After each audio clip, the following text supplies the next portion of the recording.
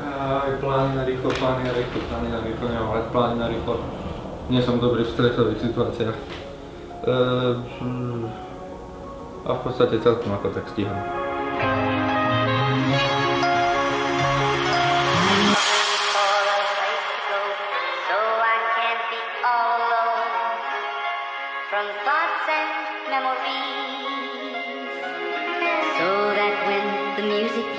Viem, že sa to väčšine ľudí nepáči, ale budem sa musieť napchať do tohto. Do týchto krásnych, pekných, obtiahnutých gaťov. Juj. Dôvod, prečo si dávam obtiahnutú gaťu, obtiahnutú dlhú gaťu, to je hlavná vec, je, lebo sa ideme so sesternicou bicyklovať. Zavolala mi asi tak presne 2,4 sekundy predtým, ako som natočil ten prvý záber a povedala, že sa chce ísť pobicyklovať. No tak som povedal, že dobre a išiel som na balkón pozrieť, ako je tam teplo, lepšie povedané, ako je tam zima. Vyšiel som von, skoro mi odmrzla prdelka, takže som si mal obliek. A bez obavy si vdávam vždycky na tie obtiahnuté gate ešte kraťasy. A to už potom vyzerá v pohodičke. Nechápem, ako môže byť v lete taká strašná zima. Včera bolo dobre, predvčerom nie. Vodu mám, bicykel mám, peniaze by som mal mať. Bundu, oblečenie, všetko mám. Mám všetko, dobre. Mám všetko, nechýba mi ani pocit z toho, že budem neskutočne spotený, pretože som preobliekaný. Každopádne lepšie sa preobliecť, ako sa podobliecť, keď sa to tak dá povedať. A teraz na toto. Teraz iba takto prídem, urobím toto. A sme tu.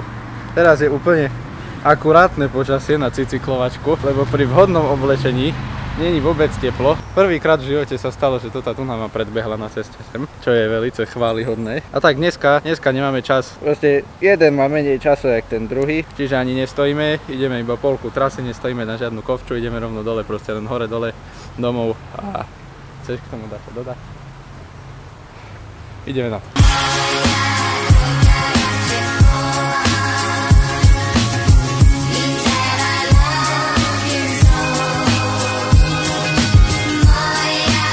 Najlepšia cesta na cyklovanie, široko ďaleko najlepšia cesta na cyklovanie. A ešte fajne taká vlhka je, tam sa úplne fantasticky chodí. Však sa úplne chodí dobre, keď je vlhka, ja som ti to hovoril, Som ostrielaný mountain biker.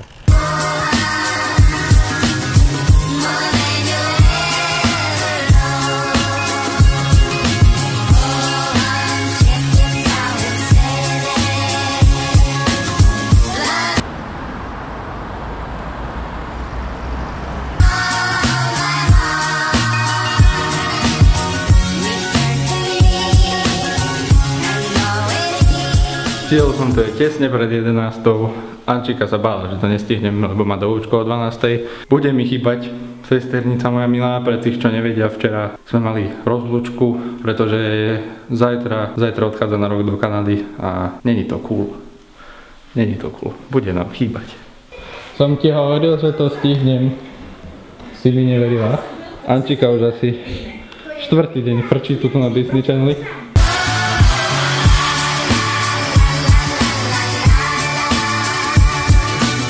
Keď sme sa boli bicyklovať, keď sme boli na bicykli, tak mi zavolala jedna teta. Čo? Haló, dobrý deň. No, teraz som aktuálne na bicykli. Dobre, zavolám vám. Dovidenia. Je to teta, čo mi povedala, že by chcela, aby som jej natočil jedno video, s čím som radosne súhlasil a volala mi, keď sme boli tam. Povedal som jej, že sme tam, že jej zavolám, keď príjem domov. Tak jej idem volať, keď príjem domov a som v strese. Ako prebiehajú také pracovné telefonáty.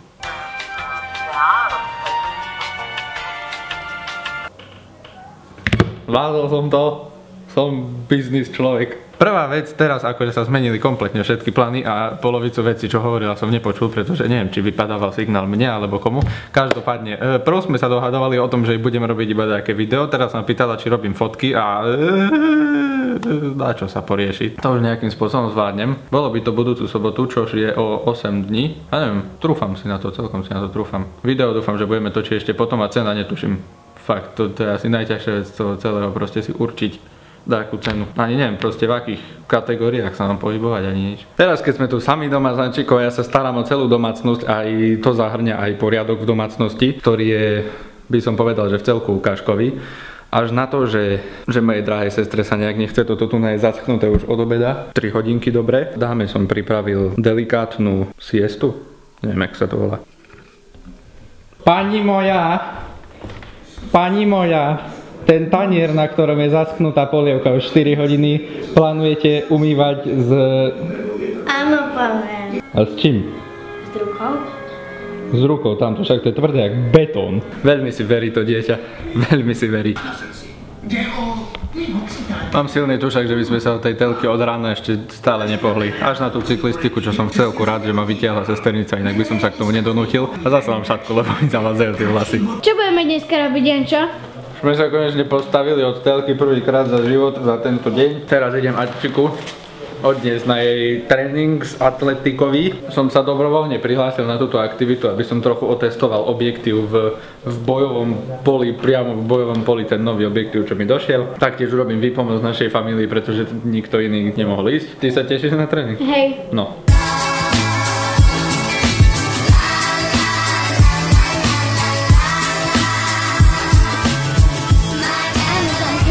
Zamknuté? Sakra. A musíme ísť po schodoch. Tu je to tak, že sa dá ísť buď cez túto bránu, ktorá je aktuálne zamknutá, alebo cez schody a tých schodov je tam asi 458 s bicyklom a foťákom v ruke. To bude, typujem, že mega náročné. Nechceš sa rozcvičovať? Nie. Prečo? Lebo rozcvičujeme všetko. A nechceš sa si dať rozcvičku pred rozcvičovaním? Nie. Deti tvrdohlavé. Ako dlho sa už venuješ atletickému športu? Rok? Páči sa ti to? Hej. Robíš to rada? Hej. Robíš to často? Hej. Chceš tomu pokračovať aj profesionálnou cestou? Hej. Hej? Hej. Fakt? Hej. Hej? Hej. Určite? Hej. Kedy? Potom. 17:44 tréning začali asi tak pred pol hodinou. Ešte stále je jedinou mojou náplňou tohto pobytu tu na to, že sa hrám na telefóne a cítim sa najneproduktívnejšie, ako som sa dnes cítil. Zatiaľ nemám čo točiť, pretože oni sa tam stále ešte rozcvičujú a čo ja viem čo robia. Dúfam, že v priebehu dnešného dňa ešte budú robiť aj čo fotogenickejšie, aby som mohol otestovať ten objektív, pretože keď sa tu budem celý čas hrať na telefóne, tak sa budem mať veľmi zlý pocit. Konečne sa tu dačo deje. Ančika ide skákať do diaľov, takže idem trochu pofotiť, potočiť. Nevyzerajú tie hajzlíky tak najpríťažlivejšie. Kedy plánuješ ísť? Na chvíľu. Ako sa ti darí? Dobre. Hej? Hej. Ukážeš im, ako sa to robí? Keď sa mi nevydarí. Keď sa ti nevydarí, tak to tam dám a všetci z teba budú mať srandu v koncu života. Tak pôjdem ešte jedno, Anton.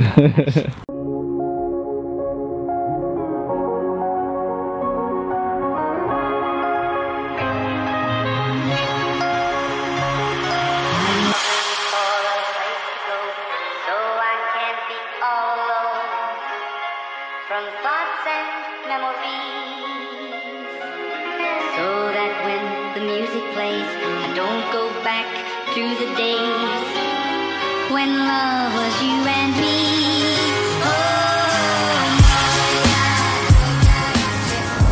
Také cool decko tančika.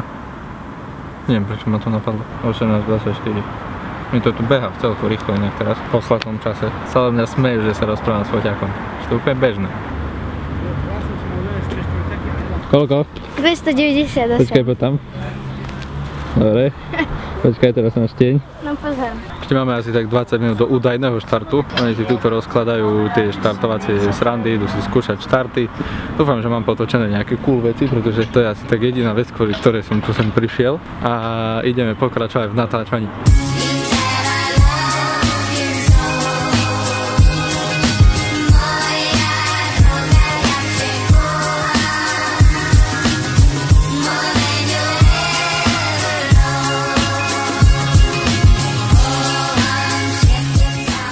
Ako? Dobre. Koľka si bola? Ja viem. Podľa mňa nejaká taká. Nie, boli Medzi ma noha. 3. a 4. Neviem učiť presne druhé, tretie a štvrté miesto. Takže druhé miesto sa delí medzi troch? Či ako to? Moje súrodenecké lomitko rodičovské povinnosti sa chýlia ku koncu, už je minútu po 7, už asi 2 minúty po 7. Tréning sa nám pomaličky, ale isto končí. Decáky sa tu už prezúvajú a ukončujú svoj tréning. Bolo to tu v celku cool, tie 2 hodiny mi zbehli oveľa rýchlejšie, ako som predpokladal. Som myslel, že ešte aj odbehnem vonku, potočím zo pár vecí, ale proste mi to behalo raz, dva, tak som si povedal, že už budem tu aj tak kým sa tu rozcvičili, tak už bolo 45. Nie, že by som plánoval tu chodiť nejak teraz častejšie, alebo nejak ešte vôbec niekedy, ale ja neviem, bolo to fasa, bol som vonku, bol som tančou, neviem, taký fajný výletík. Majú ešte výklus a potom pôjdeme domov. Teraz za chvíľu, za veľmi krátku chvíľu sa na mne začnú smiať, že sa rozprávam s koťakom.